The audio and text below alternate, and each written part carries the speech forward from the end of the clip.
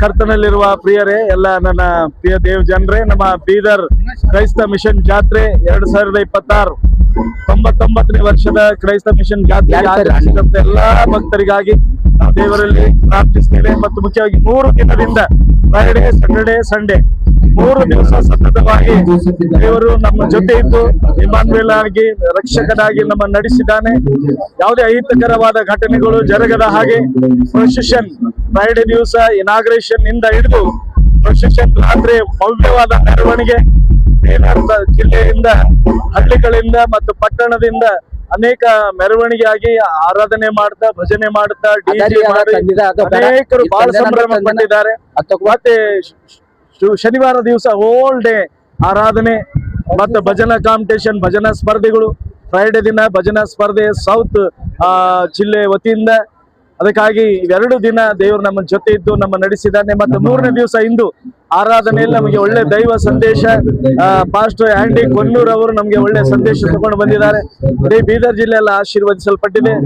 ಈ 3 ದಿನ ನಾವು ದೇವರಿಗೆ ಕೃತಜ್ಞತೆ ಹೇಳ್ತೇನೆ. ಎಲ್ಲ ನಮ್ಮ ಕಾನ್ಫರೆನ್ಸ್ ಲೇ ಲೀಡರ್ ಮತ್ತೆ ಕ್ಯಾಬಿನೆಟ್ ಮೆಂಬರ್ ಅವರು, ಮತ್ತೆ ಎಲ್ಲ ಆಯಾ ಕಮಿಟಿ ಚೇರ್ಮನ್ಗಳು, ಮತ್ತೆ ನಮ್ಮ ಕಾನ್ಫರೆನ್ಸ್ ನ REB ಮೆಂಬರ್ಸ್ಗಳು ನಮ್ಮ ಎಲ್ಲ ಜೊತೆ ನಿಂತ್ಕೊಂಡು ನಮಗೆ ಬೆಂಬಲಿಗರಾಗಿ, ಸಹಾಯಕರಾಗಿ, ಮತ್ತೆ ನಮ್ಮ ನಾಟ್ ಓನ್ಲಿ ನಮ್ಮ ವೇದಿಕೆ ಮೇಲೆ ಇರುವವರು ಮಾತ್ರ ಅಲ್ಲ, ನಮ್ಮ ಜಿಲ್ಲೆ ಸೌತ್ ನಾರ್ತ್ ಜಿಲ್ಲಾ ಮೇಲ್ವಿಚಾರಕರು, ಎಲ್ಲಾ ಸಭಾಪಾಲಕರು, ಲೇ ಲೀಡರ್ಸ್ಗಳು, ಆಯಾ ಕಮಿಟಿ ಚೇರ್ಮನ್ಗಳು, ಮತ್ತು ಮುಖ್ಯವಾಗಿ ಮೇಲಿಂದ ನಮಗೆ SP ಸಾಹೇಬ್ರು, ಬೀದರ್ ವರಿಷ್ಠ ಅಧಿಕಾರಿಗಳು, SP ಸಾಹೇಬ್ರು ಮತ್ತೆ SP ಮೇಡಮ್ ಅವರು ನಮಗೆ ಬಹಳಷ್ಟು ರೀತಿಯಾಗಿ ನಮಗೆಲ್ಲ ಹೋದಾಗ ಪ್ರತಿ ಒಂದೊಂದು ಎಲ್ಲ ಸಿಸ್ಟಮೆಟಿಕ್ ಆಗಿ ನಮ್ಗೆ ಹೇಳಿಕೊಟ್ಟು ಮತ್ತೆ ಅದೇ ಪ್ರಕಾರ ನಾವು ಮಾಡುವಂತೆ ದೇವರು ಸಹಾಯ ಮಾಡಿದ್ದಾನೆ.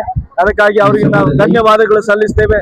ಮತ್ತು ಅದೇ ರೀತಿಯಾಗಿ ಜಾತ್ರೆಗೆ ಬಂದಂತ ಸಮಸ್ತ ದೇವ ಜನರಿಗಾಗಿ ಅವರಿಗಾಗಿ ನಾವು ದೇವರಲ್ಲಿ ಪ್ರಾರ್ಥಿಸ್ತೇವೆ. ದೇವರು ನಮ್ಮೆಲ್ಲರನ್ನ ಆಶೀರ್ವಾದ ಮಾಡಲಿ. ಹೆಚ್ಚಾಗಿ ನಮ್ಮ ಕೇಂದ್ರ ಸಭೆ Saint Paul Methodist church committee ಎಲ್ಲಾ ಸದಸ್ಯರಿಗೂ ನಾನು ವಂದನೆಗಳು ಸಲ್ಲಿಸ್ತೇನೆ. ಇಡೀ ಬೀದರ್ ಪಟ್ಟಣಕ್ಕೆ ನಾವು ಯೇಸು ನಾಮದಲ್ಲಿ ಸೌತ್ಗೂ ನಾರ್ತ್ಗೂ ಜೈ ಕ್ರಿಸ್ತ್ ಹೇಳುತ್ತಾ 2 ಮಾತುಗಳನ್ನು ಮುಗಿಸ್ತೇನೆ. ದೇವರು ನಮ್ಮನ್ನು ಆಶೀರ್ವಾದ ಮಾಡಿ ನಡೆಸಲಿ. ನಾವು ಈ ಜಾತ್ರೆ ಪರವಾಗಿ ನಾನು ಅವರಿಗೂ ಧನ್ಯವಾದ ಸಲ್ಲಿಸ್ತೇನೆ. ಕೊನೆಯದಾಗಿ ವಿಶೇಷವಾಗಿ ಅಂತಂದ್ರೆ ನಾನು ಹೇಳಕ್ ಇಷ್ಟಪಡ್ತೀನಿ, ನಮ್ಮ ಬ್ಯಾಂಗ್ಳೂರ್ ರೀಜನಲ್ ಕಾನ್ಫರೆನ್ಸಿನ ಧರ್ಮಾಧ್ಯಕ್ಷರು, ಸರಳ ಜೀವಿಗಳು, ತ್ಯಾಗಮೂರ್ತಿ, ಪ್ರೀತಿಯ ಸ್ವಭಾವ ಇರ್ತಕ್ಕಂಥ ಮಹಾನ್ ಒಬ್ಬ ಧರ್ಮಾಧ್ಯಕ್ಷರು, ಇವತ್ತು ಅವ್ರ ನೇತೃತ್ವದಲ್ಲಿ ಬೀದರಿನ ಜಾತ್ರೆ, ಅವ್ರ ಮಾರ್ಗದರ್ಶನದಲ್ಲಿ, ಅವ್ರ ಆಶೀರ್ವಾದದಲ್ಲಿ ಬೀದರಿನ ಜಾತ್ರೆ ಅತಿ ವಿಜೃಂಭಣೆಯಿಂದ, ಅತಿ ಭಕ್ತಿಪೂರ್ವಕವಾಗಿ ಶಾಂತತೆಯಿಂದ ಜರುಗದಂತ ನಾನು ಬೀದರ್ ಜನತೆಗೆ ತಿಳಿಸ್ಲಿಕ್ಕೆ ಇಷ್ಟಪಡ್ತೀನಿ.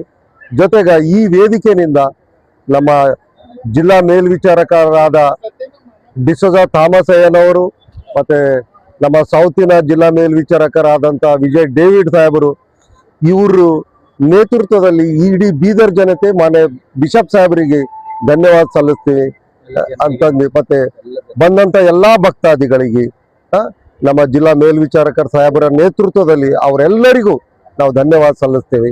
ನಾವೆಲ್ಲ ಬಂದವರಿಗೆ ಕೃತಜ್ಞತೆ ಸಲ್ಲಿಸಿ ನಮ್ಮ 2 ಮಾತಿಗೆ ವಿರಾಮ.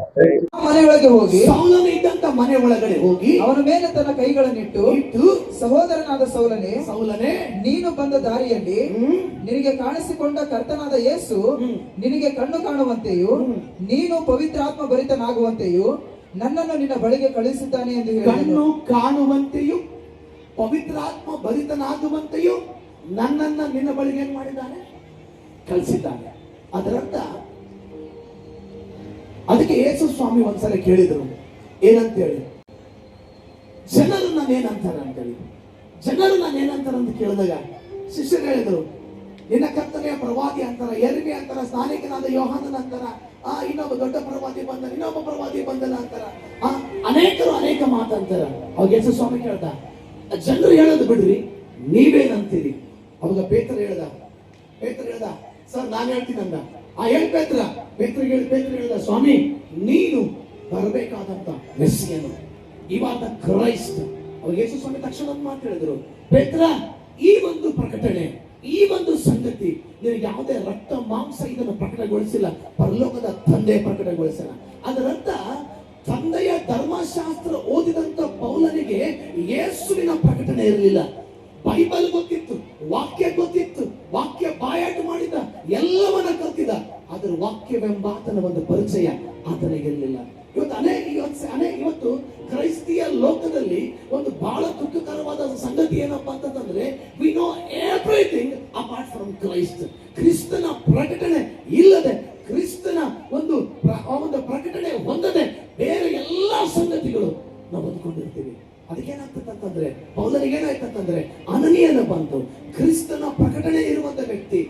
ಅದೇ ಕ್ರಿಸ್ತನು ಸೌಲನನ್ನ ಕರೆದಾಗ ನೀನ್ ಯಾರು ಅಂತ ಹೇಳ್ದ, ಅದೇ ಕ್ರಿಸ್ತನು ಅನನೀಯನ ಕರೆದಾಗ ನಾನಿಲ್ಲಿದ್ದೇನೆ ಅಂತ ಹೇಳ್ದ. ಅಲ್ಲೆಲೂಯ್ಯ. ಇಬ್ಬರಿಗೆ ಏನ್ ವ್ಯತ್ಯಾಸಪ್ಪ ಅಂದ್ರೆ, ಅನನೀಯನಿಗೆ ಕ್ರಿಸ್ತನ ಯಾರು ಅನ್ನುವಂತ ಪ್ರಕಟಣೆ ಇತ್ತು, ಸೌಲನಿಗೆ ವಾಕ್ಯ ಏನು ಅನ್ನುವಂತ ಪ್ರಕಟಣೆ ಇತ್ತು. ವಾಕ್ಯ ಎಲ್ಲಾ ಗೊತ್ತಿದ್ದವರಿಗೆ ಕ್ರಿಸ್ತನ ಪ್ರಕಟಣೆ ಆಯ್ತು ಅಂತೇಳಿ ಅದು ನಂಬುವಂಥದ್ದು ಬಹಳ ಕಷ್ಟಕರ.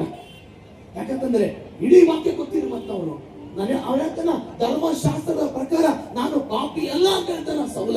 ಆದ್ರೆ ಅಂತ ವ್ಯಕ್ತಿಗೆ ಕ್ರಿಸ್ತನ ಪ್ರಕಟಣೆ ಇರಲಿಲ್ಲ. ಅವಾಗೇನಾಯ್ತಂದ್ರೆ, ಅನನೀಯ ಬಂದು ಪ್ರಾರ್ಥನೆ ಮಾಡಿದ ಮೇಲೆ, ಅನನೀಯ ಬಂದು ಸೌಲನ ತಲೆ ಮೇಲೆ ಕೈ ಇಟ್ಟು ಪ್ರಾರ್ಥನೆ ಮಾಡಿದಾಗ ಅವ್ನಿಗೆ ಏನಾಯ್ತಂತಂದ್ರೆ, ಧರ್ಮಶಾಸ್ತ್ರದ ಕಣ್ಣಿಗಿರುವಂತ ಧರ್ಮಶಾಸ್ತ್ರದ ಬೊರೆ ಹೋಯ್ತು. ಯೇಸುವಿನ ಪ್ರಕಟಣೆ ಹೊಂದುವಂತ ಕಣ್ಣುಗಳು ಅವನಿಗೆ ಬಂತು. ಅಲ್ಲೆಲೂಯಾ.